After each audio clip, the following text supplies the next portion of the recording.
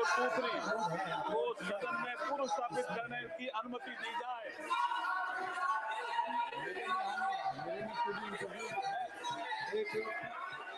मैं बोलना भी चाहता हूं सर। सप्लीमेंट्री बिजनेस में देखिए, बिल को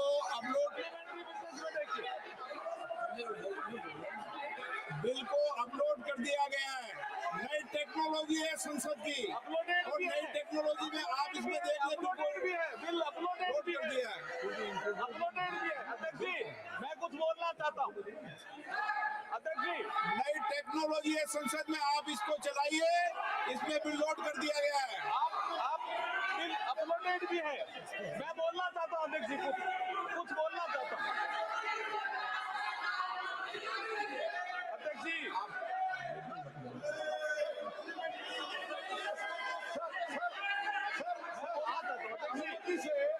सर आपके अनुमति से सप्लीमेंट्री लिस्ट ऑफ बिजनेस निकाला गया है, और सप्लीमेंट्री लिस्ट ऑफ बिजनेस में ये जो बिल आया है वो अपलोड हुआ है। सर कृपया चेक करने के लिए बताइए, मेरा इतना ही निवेदन है।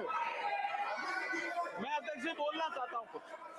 अध्यक्ष जी मैं बोलना चाहता हूँ। अध्यक्ष जी, इस महत्वपूर्ण दिवस के अवसर पर आपने मुझे बोलने का अवसर दिया, मैं आपका आभार प्रकट करता हूं। कर दिया ना आपने। ये अपलोड है साहब बता दें, बिल अपलोडेड है। Gaurav ji, you can see the bill. आप इसमें अपलोड है बिल। अतिरंजन जी, अपलोड है। मैं अध्यक्ष जी, मैं कॉन्स्टिट्यूशन 128 अमेंडमेंट बिल 2023 के संबंध में कुछ तथ्य सदन के समक्ष रखना चाहता हूं। ये महिला सशक्तिकरण से संबंधित बिल है। इस बिल के माध्यम से हम आर्टिकल 239AA, 330A और 332A और 334A इसमें संशोधन कर रहे हैं संविधान में। अध्यक्ष जी, 239AA के माध्यम से 33% सीटें national capital territory of Delhi के लिए महिलाओं के लिए रिजर्व होगी। आर्टिकल 330A के माध्यम से तो रिजर्वेशन ऑफ सीट्स और SC/ST in house of people इसमें मैं आपको बता रहा हूँ कौन से उसमें है। आर्टिकल 332A है, आर्टिकल में है। इसमें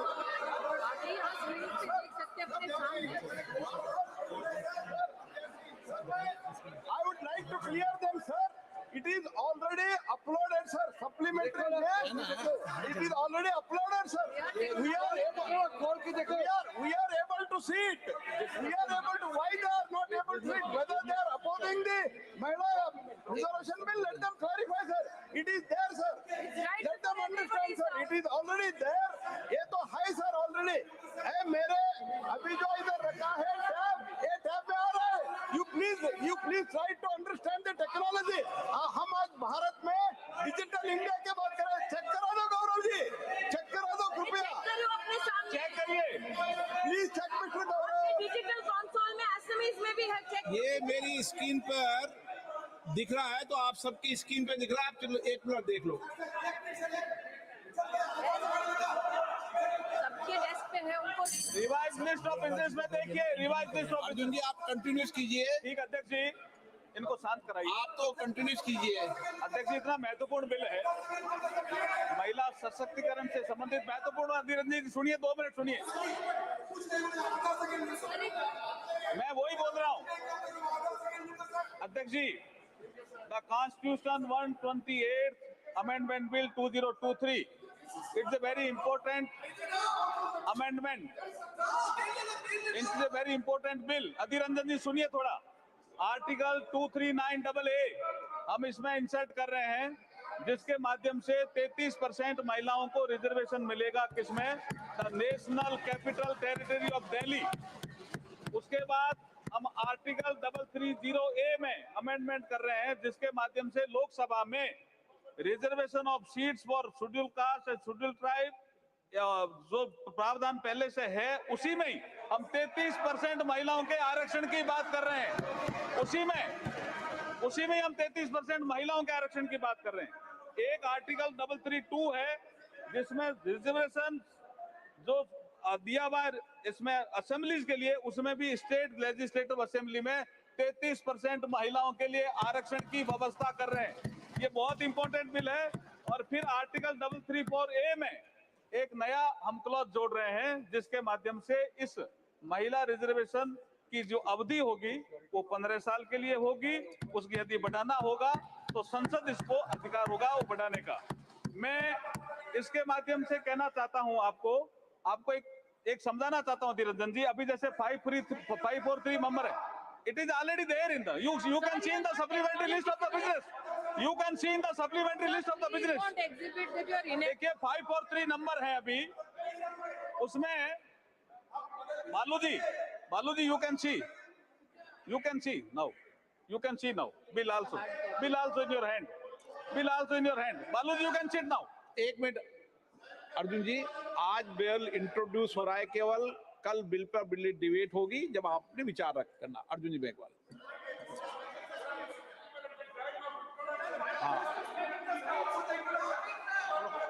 अध्यक्ष जी, मैं इस बिल के माध्यम से जो परिवर्तन होने वाला है वो बता रहा हूं निरंजन जी।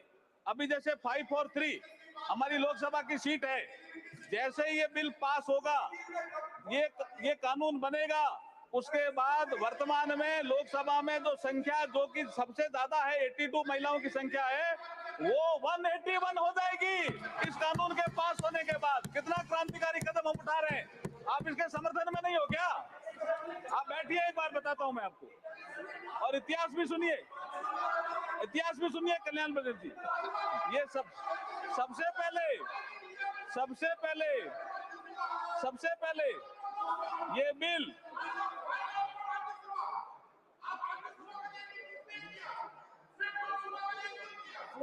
राज्यसभा में भी करेंगे हम। अब आप सुनिए कल्याण जी, राज्यसभा में बुलाएंगे।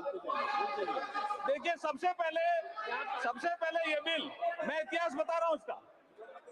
सबसे पहले ये बिल सितंबर 96 देवेगौड़ा जी के समय आया, वो भी 11वीं लोकसभा में।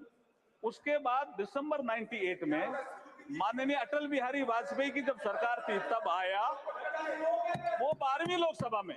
उसके बाद दिसंबर 99 में अटल जी की सरकार थी, तब फिर आया 13वीं लोकसभा में। और ये जिसका जिक्र कर रहे हैं डॉक्टर मनमोहन सिंह जी के समय जो बिल आया वो लोकसभा में नहीं आया, वो आया मई 2008 में राज्यसभा। यही यहां से षड्यंत्र की बू आती। और राज्यसभा में आने के बाद ये डिपार्टमेंट रिलेटेड स्टैंडिंग कमेटी में गया और वहां ये बिल जब रिपोर्ट आई तो 9 मार्च 2010 में राज्यसभा ने इसको पास किया। उसके बाद राज्यसभा ने कम्युनिकेट किया लोकसभा को, और जब रिपोर्ट किया तो लोकसभा के सेक्रेटरी जनरल जब इसको रिपोर्ट किया तो ये लोकसभा की प्रॉपर्टी बन गई। और 15वीं लोकसभा जैसे ही भंग हुई, अध्यक्ष जी, 15वीं लोकसभा जैसे ही भंग हुई 18 मई 2014 को, ये बिल भी लैप्स हो गया और इन लोगों ने पारित नहीं किया। जानबूझ के पारित नहीं किया। मैं कॉन्स्टिट्यूशन का प्रोविजन पढ़ना बताता हूँ अधिरंजन के लिए। अभी सुनिए, आप सुनिए प्रोविजन। ये इसके बाद मैं अधिरंजन जी, देखिए आर्टिकल 107। अरे सुनो तो सही। मैं अध्यक्ष जी इसके बिल के प्रावधान में मैं देखिए माननीय अध्यक्ष महोदय, आज नई संसद के पटल पर इस नारी शक्ति वंदन विधेयक 2023 को प्रस्तुत करते हुए मुझे अपार हर्ष और गर्व की अनुभूति हो रही है। आज ये सदन नारी शक्ति को लोकसभा और राज्यसभा में 33% भागीदारी देने का साक्षी बनेगा।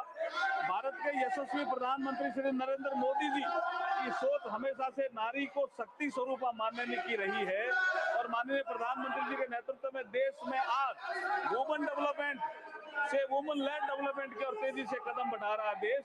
आज हर क्षेत्र में, चाहे वो अंतरिक्ष हो, सेना हो, पुलिस हो, खेल जगत हो, उद्यमिता हो, व्यवसाय हो, साहित्य हो, कला हो, महिलाएं प्रभावशाली नेतृत्व करके देश को गौरवान्वित कर रही है।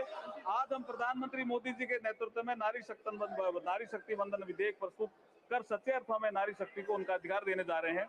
अध्यक्ष महोदय, हमारी संस्कृति में नारी को सदैव से शक्ति स्वरूपा माना गया है। हमारे श्लोकों में भी कहा गया है, या देवी सर्वभूतेषु शक्ति रूपेण संस्थिता, नमस्ते नमस्ते नमस्ते नमो नमे।